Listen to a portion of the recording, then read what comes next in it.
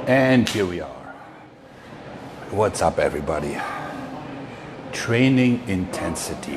What does that mean? Before I go into this, is anybody else tired of all this shit? Like COVID, election hangover, insane people, lockdowns.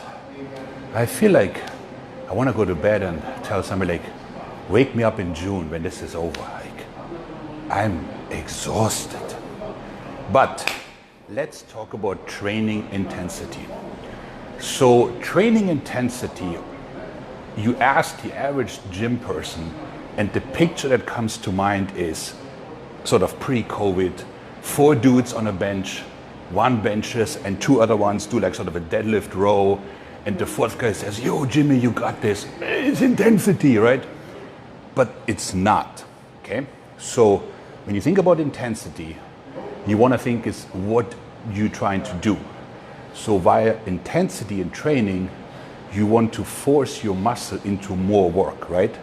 But if you're bouncing the bar of your chest and your body picks it up, yeah, you got another rep, but it's crap, right?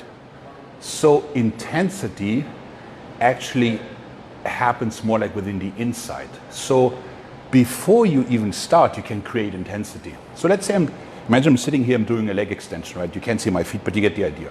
So before I do anything, right? I'm pulling myself down, I'm flexing my lats, I'm tightening my abs, and I'm contracting my hamstrings. And now I start my leg extension, right? Or like in a side raise, you know, I would like lock myself down, lean forward, start here, you know, a standing bicep curl. I would push the force into the ground and then simply curl up slowly, you know.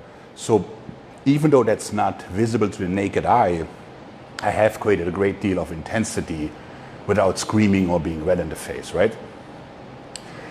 But what can you do to basically create more work during the set? So there's different options. Then there's, for instance, there's the classic drop set, right? You use 100 kilos, 80 kilos, 60.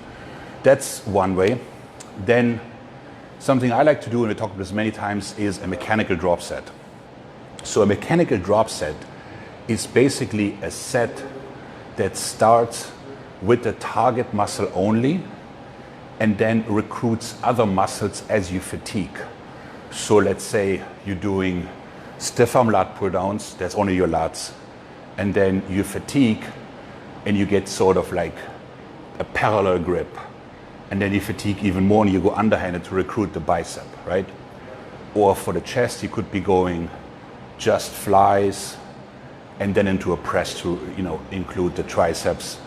Or you could start in the disadvantaged position of the muscle. So let's say you're doing biceps, you start with a stretch, which is, you know, like an incline curl, and then you do the contracted phase, which is also relatively weak, and then you do the mid-range, right? As opposed to just going from the mid-range straight. So mechanical drop sets are a very good way to add intensity without the danger of getting injured, right? It requires a bit of a setup, you know, but it's very doable.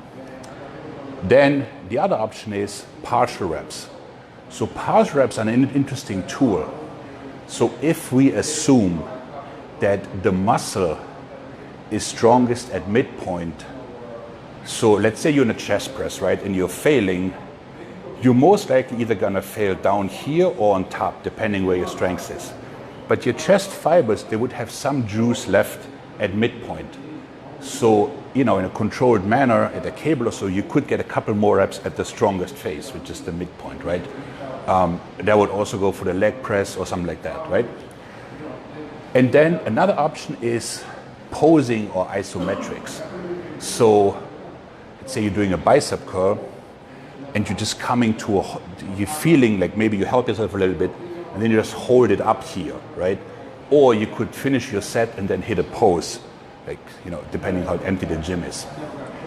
So those are ways to increase intensity, because intensity is not, I'm recruiting my ligaments, inertia, and joints to move the weight, because if I do that, then yes, I did more reps, but I haven't really worked my muscle more, right? And us being bodybuilders, that should be the thought process as to, okay, what can I do to add more muscular work? So option A would be the classical drop set. Then there would be the mechanical drop set. Then there would be partial reps at midpoint. And then lastly, there would be like posing or isometric holds, okay? So this way, you know, having a spotter these days is also iffy with the mask and you might not be comfortable. You don't really need one and you can train safely at a high intensity. But again, before you start, none of this will help you if you're violating your setup, right? So if I'm doing a shoulder press, but I'm slouched forward like this, well, I'm doing an incline press, right? So my setup has to be right, and then I worry everything else. So whatever you're doing, whatever exercise, you always have to think, okay, what's the insertion, what's the origin, and how do I bring them together, right? So, and once you have that down, then you can worry about adding other things. But if you come from a sloppy start, it's difficult. It's almost like, you know, when you're in high school and the teacher doesn't rein in the class on day one, then the class goes wild all year. You can't rein it back in. So in other words, if your setup is crap from the first rep, and then you're adding partial reps, so you're probably gonna hit the wrong muscle. So always make sure you're hitting the right muscle to begin with, and then you add those in. How often can you do that?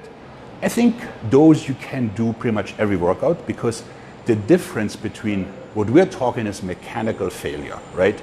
Which is very different from total system failure. So like, if I'm going under a monster squat and I collapse down and I need two guys to pick me back up, that would be complete failure, right? And that would take my body very long to recover from, especially my central nervous system. But if I'm going, let's say, into the leg press and I add small reps at midpoint and my quads burn out, that wouldn't be like a do or die situation for my body. So henceforth, I can go the next day and do the same thing for my back or so, you know.